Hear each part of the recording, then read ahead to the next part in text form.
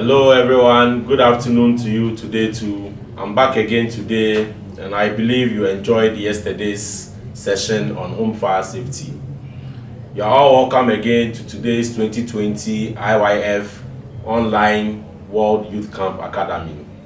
Today we are here again to look at another topic on fire safety, and what we'll basically be talking about today has to do with fire extinguishers or firefighting equipment. As you can see on the table today, we have some extinguishers displayed here. Most of us have extinguishers in our homes, in our offices, and we don't know their use, or we don't even know how to go about it when there is fire. So we'll talk about them today. Yesterday we spoke about home fire safety, we spoke about elements of fire, we spoke about the three things that comes together to start fire. We spoke about oxygen, we talked about fuel, and we spoke about heat. These three things come together to start any fire outbreak, and without them in their right proportion, fire will not be able to start. And we spoke about certain practices in the homes that we need to maintain so that we keep safe, we stay safe away from fire in our homes. We spoke about some electrical safety, keeping our electrical gadgets safe, making sure we don't overload our circuits, we don't make sure when fuse, we don't put our own cables in the fuse boxes and all that, to make sure we stay safe in our homes. We also spoke about making sure kids don't play with electrical gadgets in our homes, and kids also not playing with matches. And we spoke about LPG usage in our homes, how to stay safe from LPG fires in our homes.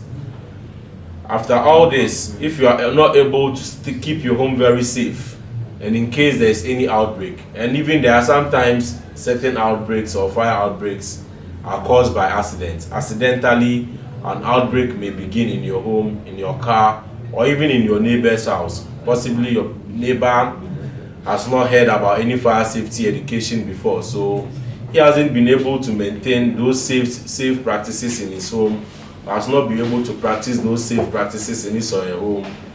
Fire may break out. When these fires break out, there is the need for us to extinguish them. Before the fire service may even come in, you yourself, you the person at that scene, should be able to take some action before the fire service comes in to support for you. That's why we have fire extinguishers. We have firefighting equipment. Fire extinguishers are just a fraction or just one aspect of firefighting equipment, but for the basic ones for we the public to always use is the fire extinguishers. And fire extinguishers, we call it a first aid firefighting device, or we define an extinguisher as a first aid firefighting device that helps us to extinguish fires at the very early stages of the fire.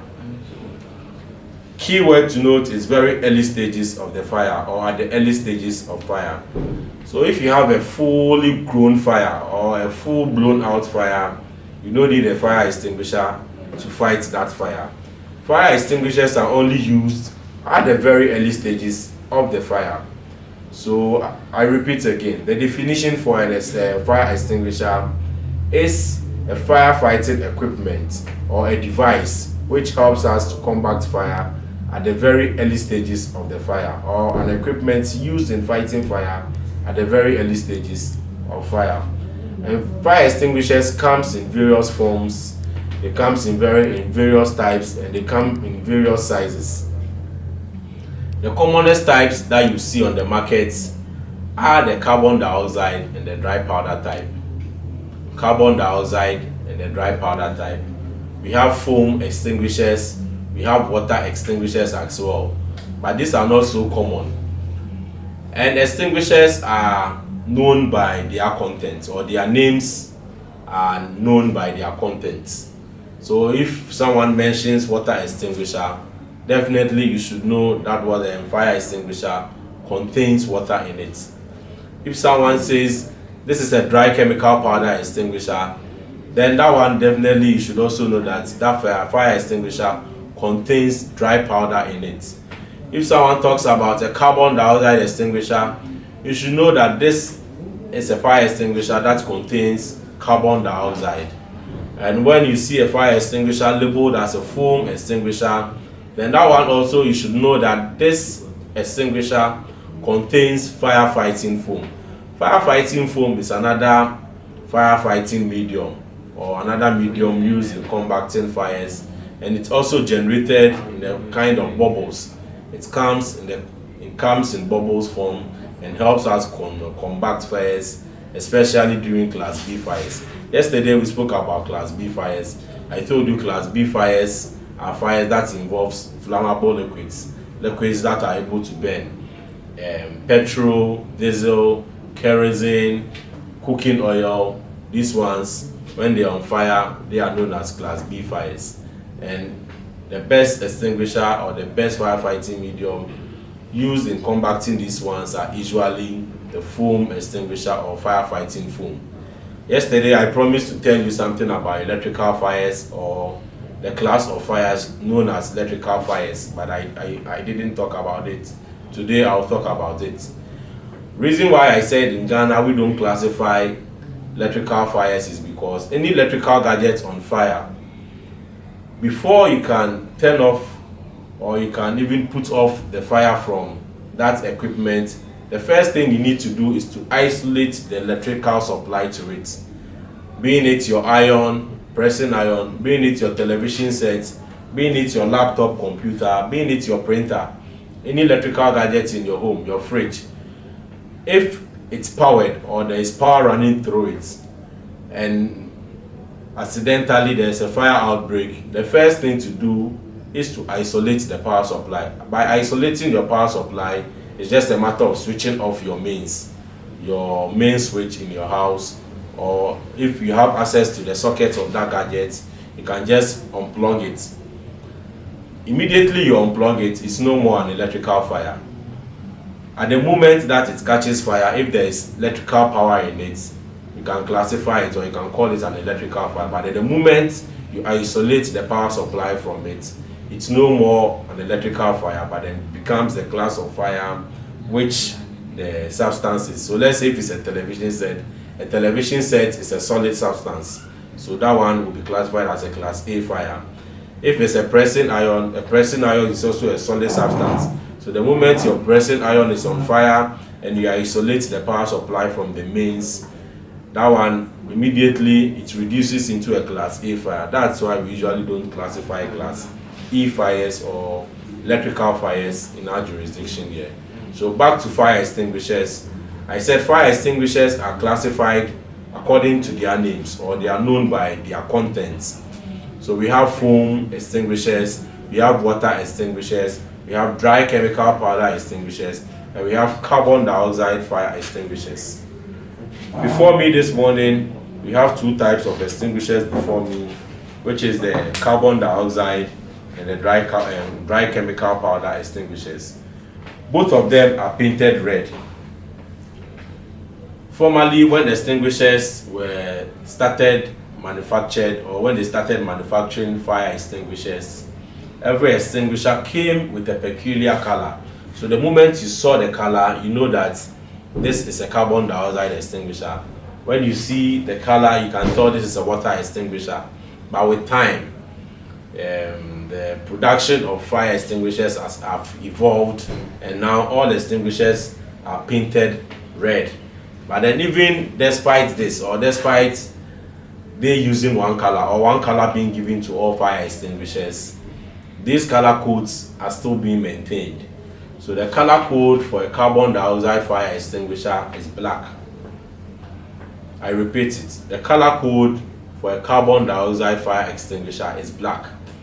The color code for a dry chemical powder extinguisher is blue. The color code for water extinguisher is red. And the color code for foam extinguishers or firefighting foam extinguishers is cream. And these color codes can still be found on the extinguishers. We have a carbon dioxide extinguisher here, and we have a dry chemical powder extinguisher also on my left. These color codes can still be found on them. If we look at the top here where the inscriptions are, we can see a black band here. So anytime you see any extinguisher with this black band, automatically it should tell you it's a carbon dioxide extinguisher. If you see an extinguisher with this blue band, with the blue background or the blue strip at the top here, it should tell you it's a dry chemical powder extinguisher. So now you not see an extinguisher painted blue or painted fully black. You not see an extinguisher painted fully blue. But then when you see the black or the blue strip or the black strip, it should tell you it's either a dry powder or a carbon dioxide extinguisher. My point to note, we still have some extinguishers on some premises which still have the old color coding. So you go to a premises or even you go to a place, you see a fire extinguisher painted fully black. That one immediately you should be able to tell this is a carbon dioxide extinguisher. In the same way, you go to a premises, you see a fire extinguisher painted fully blue. That shouldn't tell you that that extinguisher is fake. No, it's still the right thing, but it's still a correct extinguisher, just that the color coding for it is still being maintained. Another way we can tell the color codes of these extinguishers, most of them comes with red handles.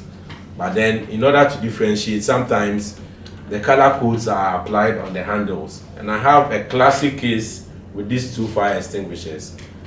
Looking at the carbon dioxide extinguisher, you see the handle has been painted black. So even looking at the handle, seeing the handle painted black, immediately should tell you this is a carbon dioxide extinguisher. In the same way, the dry powder too has been painted black, painted blue, sorry. So the moment you see an extinguisher with the top or the handles painted blue, should tell you it's a dry powder extinguisher. Most of them have the body red and the handles as red as well. But sometimes too, the color coding is done on the handles, which exactly has been done here, a classic case with these two extinguishers. I'll take you through the parts of the extinguishers, then I'll try and differentiate the two also for you to know when to spot a dry powder extinguisher and when to spot a carbon dioxide fire extinguisher. What we see here is known as the cylinder or the main body of the extinguisher. From this part up to here is the main body of the extinguisher, and we can see this material here, rubber material, this red thing, and here too there's another blue one here. This one is known as the rubber seal. Doesn't matter the color, any color of it can be used for any of the extinguishers. The color doesn't tell anything about the extinguisher. But then this one is known as the seal. And the seal, we can see the seal has been wrapped around something. It's been wrapped around a pin, which is this thing. And this one is also known as the safety pin. Every extinguisher has a safety pin. Apart from the safety pin, we also have the handle of the extinguisher, which is this or here. So if there is the need for you to handle an extinguisher, you just place your palm under the handle and you lift it. That's the right way to handle an extinguisher. So this is the handle. What we see at the base here or beneath here is the handle, and the top part of this is the operating lever. The upper portions here or this is the operating lever of the fire extinguisher. One last part we'll talk about is the discharge hose or the discharge tube. Carbon dioxide extinguishers have discharge tubes. You see, this one comes like a horn. It looks like a horn. Is that not it? So this is a discharge tube. So carbon dioxide extinguishers usually have discharge tubes or discharge horns, and the dry powder extinguishers have discharge tubes. So what we see here is the discharge tube for the dry powder extinguisher and the discharge horn for the carbon dioxide extinguisher. So we'll continue with the differences between these two. When we look at the dry powder extinguisher, there's a screen here. I believe I can call it a screen, but then the right word for it is a gauge. We see something like a gauge here with a pin telling the level in it.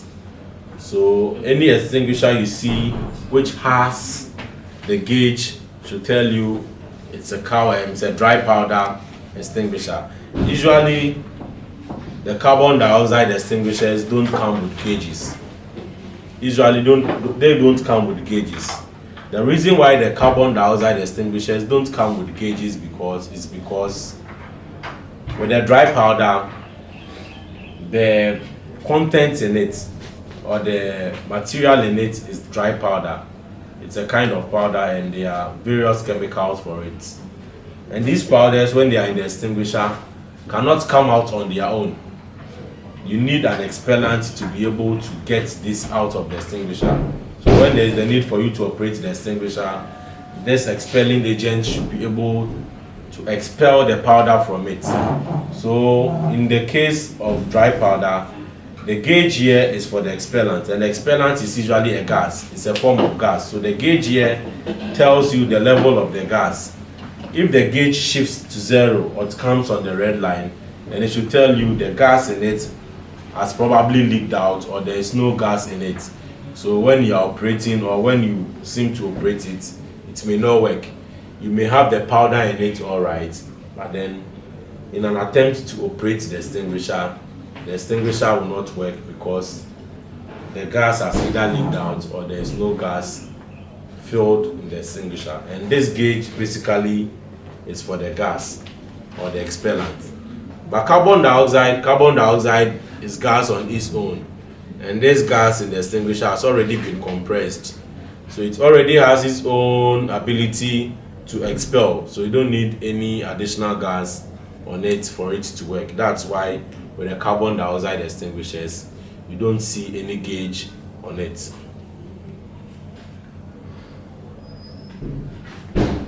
I'll tell you what some of the parts also do. I spoke about the seal, which we see here.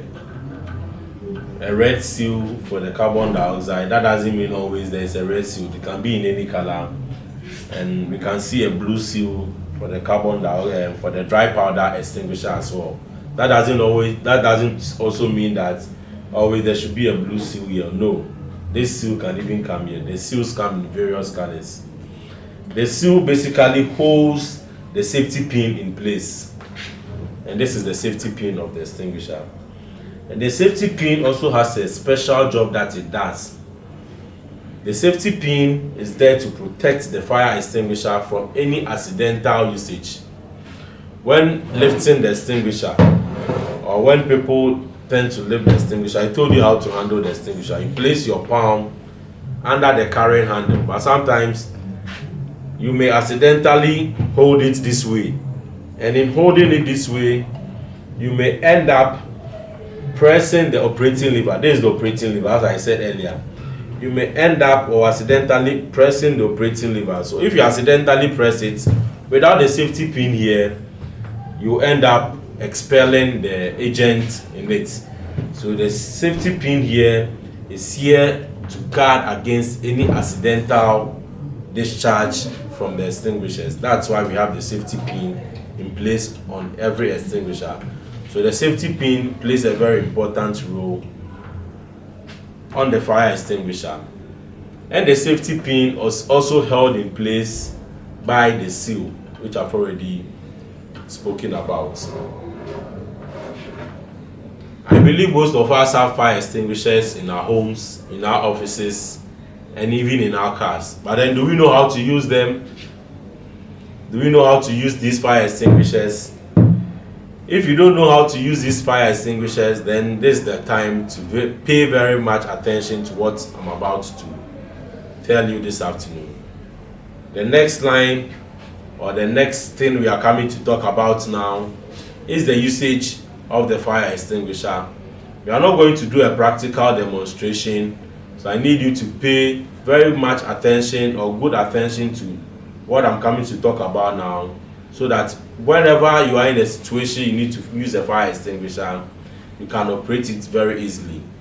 Though this is an online academy, if you are able to grasp the concept of it, when facing the real situation or having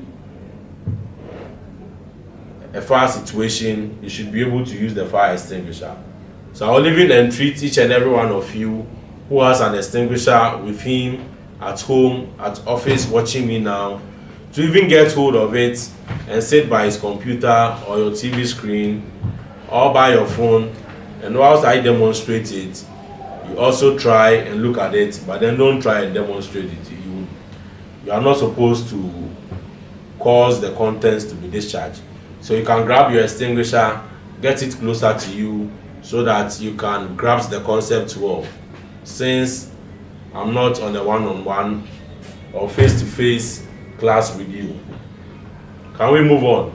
Okay, so to use the fire extinguisher, one thing you need to remember, or an acronym we use, is PASS. An acronym for the usage of a fire extinguisher is PASS. P-A-S-S. Can you repeat it after me? P-A-S-S. That's a simple acronym that we use, or that is used for the usage of the fire extinguisher, or used in operating the fire extinguisher. So the thing you only need to remember anytime you need to operate a fire extinguisher is P-A-S-S, or PASS. So each of these letters stands for something. The P stands for pull out the safety pin. So this is the safety pin. I've already described the safety pin and the work it does. So P in PASS stands for pull out the safety pin. The A stands for aim. And whilst aiming, you aim at the seat of the fire. So A stands for aim at the seat of the fire. And when using an extinguisher or operating the fire extinguisher, you aim with the discharge horn or with the discharge tube. So this is it. You hold it this way and you aim at the seat of the fire with your discharge horn or with your discharge tube. When there is fire, usually there is flame above the fire. So when aiming at the seat of the fire, you don't aim for the flame, but you aim at the seat of the fire, where the fire is emanating from, or where the flames are emanating from. That's the seat of the fire, and that's where you aim. So that's for A. PASS, P-A-S-S. We have two S. So the first S is to squeeze. Squeeze the operating lever. So the first S in PASS is to squeeze the operating lever. So this is the operating lever. So to use the fire extinguisher, after pulling out the safety pin and aiming, you squeeze the operating lever, and this is the operating lever. So you squeeze it. And the second S is to sweep. Sweep.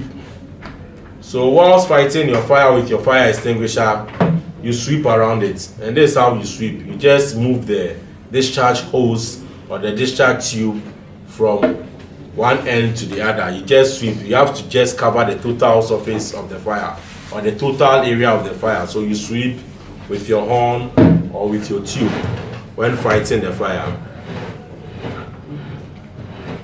Am I clear? Okay, so I'll go on with a demonstration on how to use it, but then I'm not asking you to also do it at your end, because you may do it and you may not get a seal to fix back the extinguisher. But if you think you have a seal at your place, you can also practice it. So in order to use the fire extinguisher, as I have explained, is P-A-S-S. The first P is to pull out your safety pin. A is to aim at the seat of the fire. S is to squeeze the operating lever. And the second S is to sweep. So to pull out the safety pin, it's just a matter of putting your hand here and pulling very hard, or you can just twist.